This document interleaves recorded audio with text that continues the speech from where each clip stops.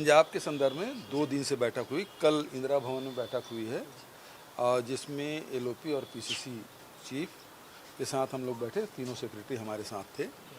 और आज जो हमारे सीडब्ल्यूसी के मेंबर हैं जो पंजाब से आते हैं उनकी बैठक हम लोगों ने की है।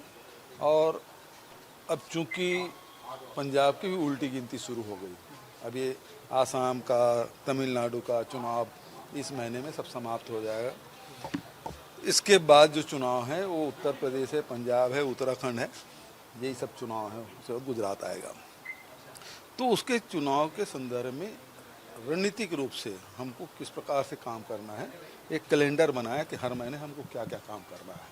तो वो सारी तैयारियों के संदर्भ में कल भी बैठक हुई और आज भी बैठक हुई है। तो बहुत सार्थक बैठक हुई है। और आगे फिर ये हमारा प्रशिक्षण शुरू हो जाएगा 21 तारीख से 30 तारीख तक के, जिसमें हमारे खड़गे साहब भी जाएंगे, राहुल जी भी जाएंगे।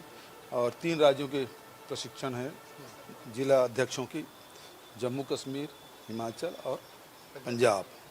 तो 21 से 30 तक है। उसके बाद मई से बिल्कुल हमारा कार्यक्रम बिल्कुल फील्ड में दिखाई देगा।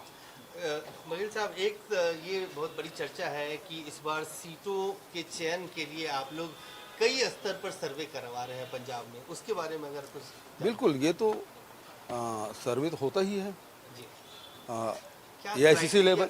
एआईसीसी देखिए, एक लाइन में बोले तो विनिबिलिटी है, जो जीतने योग्य है उसी को टिकट दी जाएगी। लेकिन जीतने योग्य कौन है इसका निर्धारण करने के लिए कई तरीके हैं। जैसे अभी आप देखे होंगे कि जिला अध्यक्ष बनाना है तो ऑब्जर्वर भेजे गए, 8-10 दिन 15 दिन तक रहे और उन्होंने फिर सब कार्यकर्ताओं से राय शुमारी करके, नेताओं से राय शुमारी करके जिला प्रधानों की नियुक्ति की गई।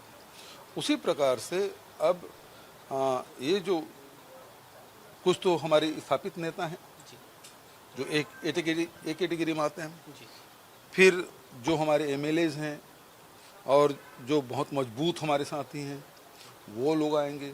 फिर जहाँ और जो क्षेत्र हैं उसमें हमारे जनता के क्या मूड है, हमारे कार्यकर्ताओं का मूड क्या है, वहाँ के जिले के नेता लोग क्या सोचते हैं, प्रदेश के नेता क्या सोचते हैं, सबको हम लोग लेंगे सर्वे के माध्यम से, कार्यकर्ताओं के माध्यम से, और हम सब खुद भी जाएंगे।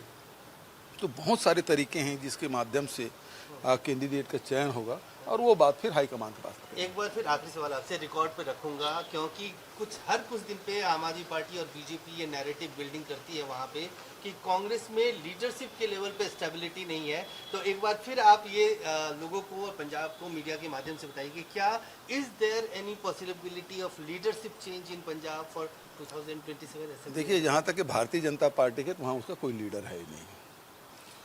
दूसरी बात, आम आदमी पार्टी का है तो एक विक्रम है और बचा दिल्ली के नेता बैताल है, वो उस पर लदे हुए हैं भगवंत मान के ऊपर, है ना। केजरीवाल से लेके, सिसोदिया से लेके, एक तो अभी उतरा,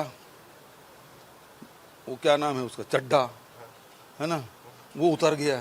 तो और जो बैताल हैं और चढ़े बैठे हैं। तो वहाँ तो स्थिति बेहद खराब है। यहाँ पिछले 4 साल से राजा वड़िंग अध्यक्ष हैं, सीएलपी लीडर हमारे एलओपी जो लीडर हैं आदरणीय बाजवा साहब हैं, है ना, सारे लीडरशिप जिसमें चन्नी साहब, रंधावा साहब हमारे सीडब्ल्यूसी के मेंबर हैं, हमारे सिंगला साहब सीडब्ल्यूसी के मेंबर हैं, सीपीपी मेंबर हमारे सेक्रेटरी डॉक्टर अमर सिंह है। तो सब लोगों को काम बटा हुआ है, यहाँ लीडरशिप का कोई झगड़ा नहीं है। राजा वड़िंग के नेतृत्व में चुनाव लड़ा जाएगा 2027 का।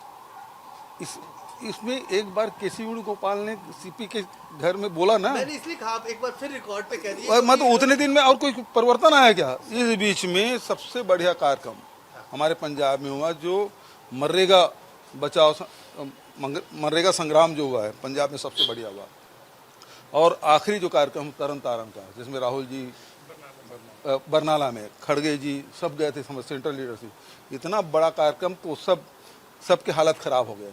उसके बाद ये सवाल पूछते हो आप। संजीव अरोड़ा के ईडी की रेड हुई है, कैबिनेट मिनिस्टर हैं पंजाब के, क्या कहेंगे? कल अशोक मित्तल जो राज्यसभा एमपी हैं, उनके यहाँ रेड 2 रेड हो गई हमारी पार्टी। देखिए, इनके बीच जो अंडर टेबल डीलिंग जो है ना वो नहीं हो पाया है ना, और उस कारण से ये है।